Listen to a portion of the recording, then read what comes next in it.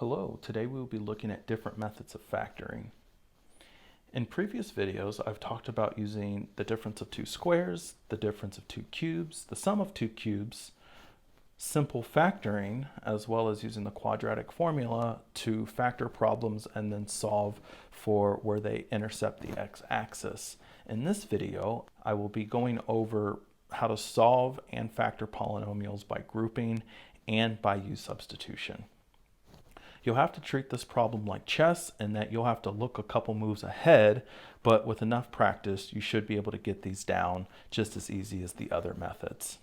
With grouping and U-substitution, if a problem does not look like anything that we've talked about, then you could look to using either of these two methods, grouping and U-substitution.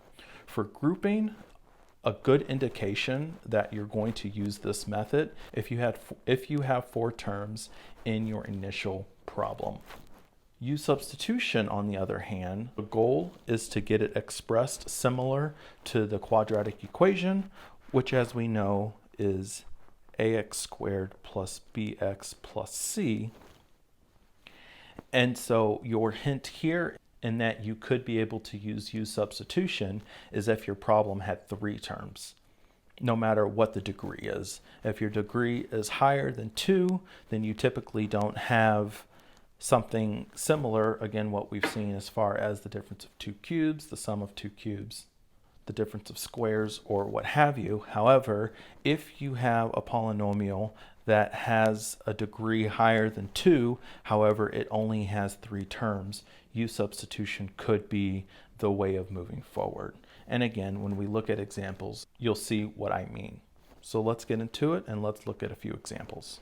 All right, we have 4x to the fourth, we have negative 10x cubed, we have 6x squared, and we have plus 15x. And the question asks us to factor. With factoring, we know that the first step is to move everything over to one side. So let's do that.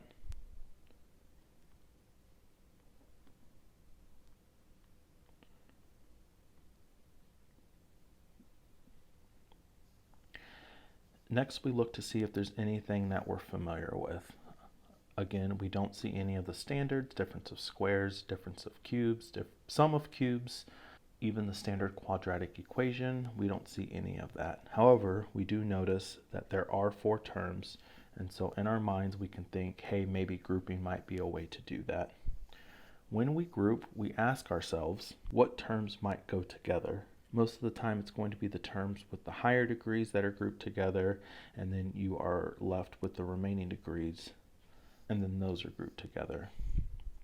If we do that, we see that there's a commonality between the first 2 terms of the 4x to the fourth minus 10x cubed. We see that the commonality is an x cubed. We also see that a 2 can come out of 4 and a 2 can come out of 10. So if we do the 2 and the x cubed, then we are going to be left with 2x and then minus 5. Looking at the next grouping, we see that there is an x that can be taken out, and that's shared common between the two. And we also see that a 3 can go into 6 and 15. So if we take that 3x out, that's going to leave us with a 2x minus 5. After we've completely factored out both groupings, we do see that there's a commonality between the two, which is the 2x minus 5. If we were to now factor the 2x minus 5 out from both terms, similar to what we did with the 2x cubed as well as 3x, so the 2x minus 5 comes out in front, and then we're just left with the 2x cubed minus 3x. From here, we can take out an x from the second term. So we have 2x minus 5 multiplied by x, and that's multiplied by 2x squared minus 3. Okay, so now this gets a little tricky, but it's good review. we do see that we could factor this down even further. This one we can do simply by completing the square. If we complete the square, we need to make sure that this value out in front is a 1, so we factor out a 2. So this becomes 2x minus 5 multiplied by 2x, and then we're left with x squared minus 3 over 2. So the next step in completing the square, we need to divide this by 2 and then square it and then add that number to the other side. And so this would become x minus, and then 3 over 2 divided by 2 becomes 3 over 4. That becomes squared. However, what we need to do, that's still 2x minus 5.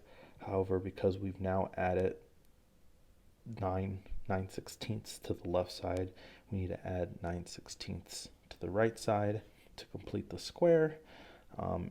And this is our total factor form. So we have 2x minus 5. We have this 2x. We also have the x minus 3/4, and then that with a multiplicity of 2, and that's going to equal 9/16. And this is your answer. This problem is a little bit more complicated. However, we did look at grouping, and then after grouping, we tried to factor down a little bit further. And to do that, we just needed to complete the square to give us our final factor forms. Now that we've had some practices with grouping, let's look at U-substitutions. All right, looking at U-substitution next. So in this problem, we have negative x to the 4th plus 12x squared minus 27. This does not look similar to anything that we've seen with the difference of squares, the sum of 2 cubes, the difference of 2 cubes, or regular factoring with the quadratic formula. However, we do see that we have 3 terms here. And with 3 terms, we can potentially assume that U-substitution could be the way to go. With U-substitution, the idea is to get it to the form ax squared plus bx plus c, because this is the quadratic equation, and this is the form that we are used to factoring with, whether that be with the quadratic formula and or just regular factoring. So the goal of U-substitution is to try to turn this equation into this equation. And how do we do that? We see that the x to the 4th, to bring that down to a power of 2, x squared, then what we need to do is multiply x squared by x squared. And that's going to give us our x to the 4th, right?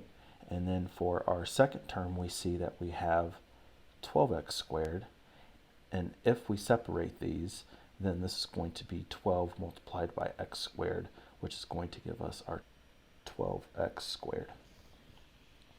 We see that this x squared term is constant between both the first and second term. And with that information, we're able to use U-substitution. So what U-substitution states is that we can take the value of u and substitute it for any value that we want, as long as it stays consistent through the whole problem. Because we found out that x squared is consistent with both terms, we want to use that as our U-substitution. So u becomes x squared. Now, rather than x, if we set this equation with respect to u, then we get negative, and we know that x squared is equal to u. We have x squared, so that's u, and then we also have another x squared, and so that's another u. Because we know from here that x squared multiplied by x squared is going to give us x to the 4th. So that gives us 2 u's there. Similarly, we have this 12x squared, and we're setting it with respect to u, so that x squared becomes u, and then we already have our c value here, which is just a negative 27. When we simplify, we get that negative u squared plus 12u minus 27. Now we see that this form is similar to a form, the ax squared plus bx plus c, that we're familiar with. And with that, we're then able to factor using the methods that we know with a polynomial with a degree of 2. So let's do that. Let's bring out this negative. So then that's left with a u squared minus 12u plus 27. We know the factors of 27 are 27, 1, 9, and 3. And we know that 9 multiplied by 3 is 27, and then 9 plus 3 is 12. So we know that those are going to be our factors. We're left with negative, and then we're factoring this out, u minus 3 and u minus 9, because negative 3 times negative 9 is that positive 27. And we have this negative 3 plus a negative 9, which is going to be a negative 12u. If you need a refresher on how to factor, I will link videos in the description below. Now that we have our factors, what we typically do is set them equal to 0. In this case, we would have u minus 3 equals 0, and we have u minus 9 equals 0. Solve for u, we get u equals 3, and we get u equals 9. Now that we've solved for u, we need to turn this back to an x value because our original problem was with respect to x and not u. What we need to do then is reverse this u substitution by plugging in our value of u, because that hasn't changed. We know that u equals x squared. If we plug that in, then we get x squared equals 3, and we get x squared equals 9. When we solve for x, we take the square root of both sides, so we get x equals plus or minus the square root of 3, and then we also get x equals plus or minus 3. And this is our final answer. These are our 0 points, which also tells us what our factors are. If we write these out as our factors, we're going to get x plus the square root of 3 multiplied by x minus the square root of 3 multiplied by x minus 3 multiplied by x plus 3. And we have to make sure we keep that negative sign out in front. This is our problem completely factored. And these are our zeros where the graph crosses the x-axis. And there you go. Now you've looked at two different methods of factoring. We could do factoring by grouping, where most commonly if you have 4 terms in your problem, you're able to group things together to try to factor them out. And then the second method we looked at today was U-Substitution, where if your problem has 3 terms and the first 2 terms have a common value that could be U-substituted, then rearranging your equation to look like our standard equation for a quadratic formula of ax squared plus bx plus c, and then factoring that down using the methods that we're very familiar with, we're able to solve both types of problems. If you have any questions or comments, please leave them below. If you learned something, please like and subscribe, and we'll see you next time.